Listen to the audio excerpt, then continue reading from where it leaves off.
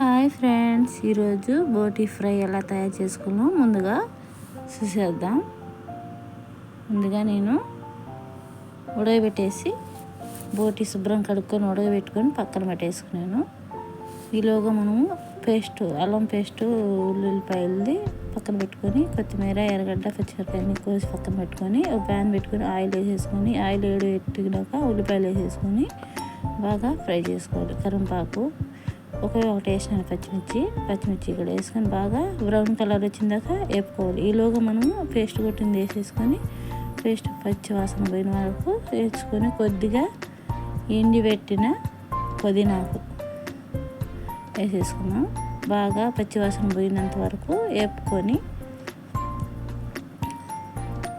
బాగా పక్కన పెట్టేసుకొని, ఈలోగా మనం ఈ బోటి ఉడకబెట్టి పెట్టుందో అదంతా వేసేసి ఆ మసాలాలో బాగా కలిపేసుకోవాలి. మసాలా బాగా పట్టేట్టుగా ఒక 5 నిమిషాలు మగ్గనిచ్చి పసుపు, కారం, ధనియాల పొడి, ఉప్పు మొత్తం వేసేసి బాగా కలుపుకోవాలి.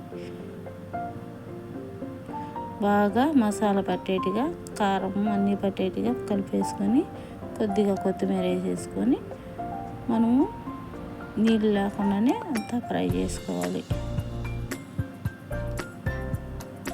చాలా బాగుంటుందండి, ట్రై చేయండి.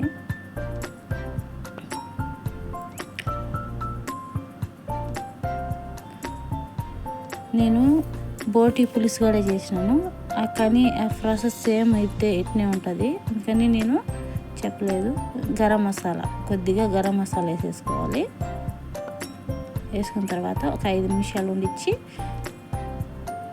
లాస్ట్లో మనము బాగా చూడండి, ఆయిల్ ఎక్కువ కూడా వేయలేదు, కొద్దిగా వేసినాను. మాది చెప్పుకొని బోటి పులుసు రెడీ అయిపోయిందండి. మీకు నచ్చినట్టయితే లైక్ చేయండి, షేర్ చేయండి, కామెంట్ పెట్టండి ఫ్రెండ్స్, సబ్స్క్రైబ్ చేసుకోండి ఫ్రెండ్స్. ఓకే ఫ్రెండ్స్, ట్రై చేయండి ఫ్రెండ్స్, సూపర్గా ఉంటుంది. బాయ్.